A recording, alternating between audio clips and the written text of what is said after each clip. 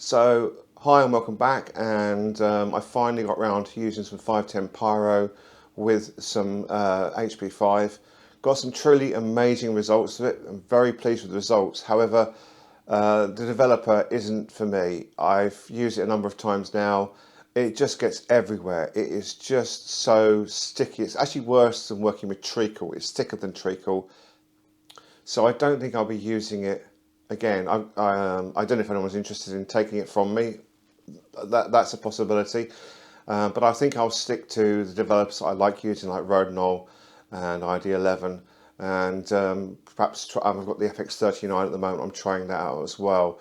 So yeah, as I say, what I'm going to do is I'm going to go through the photographs with you I took with the HP5, and it was a Pentax MV I was given to test for a few days, and that was quite interesting to use. Aperture priority, no other, a very basic camera, and that was real. I really enjoyed that, and I'm going to compare this shot you've got on screen. This is the one I took with HP5 with FX39, but I'll show you. I'll do a comparison between this and the 510 Pyro for the grain, because they were taken on different days on different types of conditions, slightly different types of conditions. That was taken with a zoom lens.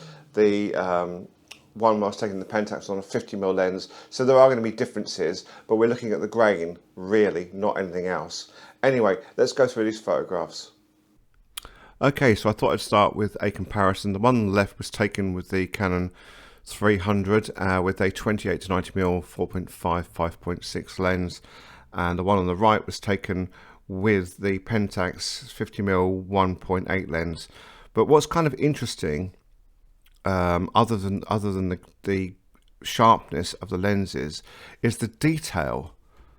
The apertures would have been roughly the same on this, and you can see how much more detail there is in the 510 Pyro shot than there is in this one. Now I know we can't do a direct comparison. That was never what I wanted to do. I just noticed that. But the other thing I've noticed is the 510 Pyro is much finer grain. So that's what we were looking at, and you can see how much softer the other lens is, so the zoom lens against the actual 50mm lens as well. But it was literally just a comparison to see the grain. But obviously they were taken in different lights and different days, but that won't make a difference on the grain when it comes to comparing them when they've been done in different developers, or at least I don't think so. And I know you're going to tell me I'm going to be wrong. Anyway, let's take a look at the rest of the photographs. Okay, so here's the first image in full, rather than it being like I was just showing you with the comparison between the two. Yeah, it's got really nice strong contrast, and I can't remember, I'm sure both days I took these shots it was overcast or slightly overcast, so doing that comparison was just quite interesting for me to do. Okay, so let's just look at some of the photographs I've taken. So I just wandered around. I just wanted to take random photographs. I had 24 shots. I needed to test this camera and get it back to the owner within the same day. So I didn't have much chance to go around and pick specific things. But you can clearly see just how fine this grain is for HP5. I mean, when you zoom in, I mean, I've super zoomed in there. But if you compare that to, say, me doing that with the FX39 or ID11, the grain is much more aggressive than that. Okay, and slightly different exposure here. You've got more detail under the arches in the shadowed area, which is really good. And yeah, so as I say, it's not a developer I'm going to go back to. It's not because it's not a good developer. It's because I just can't be doing with syringes and stuff like that, and the cleanup is just absolute pain. Whereas I mix up my ID11, or if I use my Rodinol, all I do is I literally, then one's either mixed up and ready, and the other one is literally pour a little bit of liquid and then mix it up. Perfect. No, the 510 Pyro, you have to fiddle around with a tiny bottle top. You have to put a syringe in. This gets all over the syringe. It's just nasty. And I wanted to see how this would come out, and I thought the contrast would have been higher than this on this shot, and I still don't think I've perfected developing with 510 Pyro. Someone left a comment I've not responded to yet about using particular stop bath and fixer. Sorry I haven't got back to you on that, but this is the results I got with the HP5, obviously. And you can see the whites are still quite blown out for me. But I was expecting this to be a lot darker than it was, but it's come out quite light. And again, a close one up, and yes, you can see my shadow in the reflection of the glass. So I wasn't really expecting too much of these two shots. I thought it might make a nice shot, but yeah, they're not brilliant photographs, but it shows me, the first thing it shows me is that the camera works, and it's a really lovely little cheap camera. I think it was bought for about £25, so you can get some really nice, like the Pentax MV, very basic, just aperture priority, for 20 quid, 25 quid. Great, isn't it?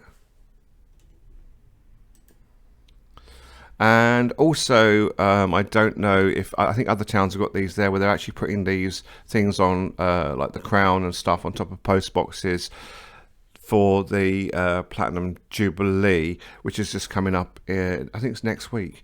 And we had one stolen from the top of this. It was actually caught on CCTV, and I don't know if this caught the people. Now, what is interesting on this shot is this post box isn't red.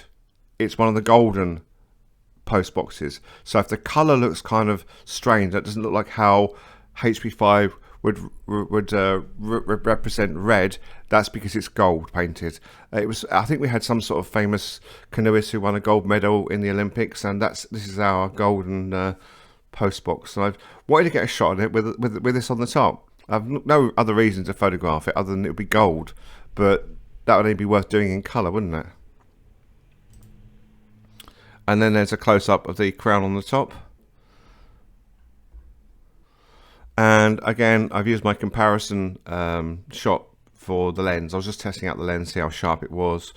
I think I was probably about f5.6 or f8 on this shot. And yeah, it's okay. It's not as soft. It's softer than, say, my Canon FD lens, and it's softer than the Olympus 50mm 1.8 lens as well. And again, I went to do that classic shot, and yeah, it's starting to get overgrown with leaves from the summer now. So I always take this shot. It's one of my comparison shots that I use. And I was just walking along. I saw these seats in the window and the reflection, and I just thought, well, I've got to get these shots done. 24 exposure. I'll take a shot of this. I wouldn't normally waste a shot on something like this, because it's just, to me, it's like I just needed to get this done overnight for the person who sent me the camera. And the last time I took a photograph of these doors was the GP3, the Chinese black and white film. Do you know what? I don't think this lens is brilliantly sharp.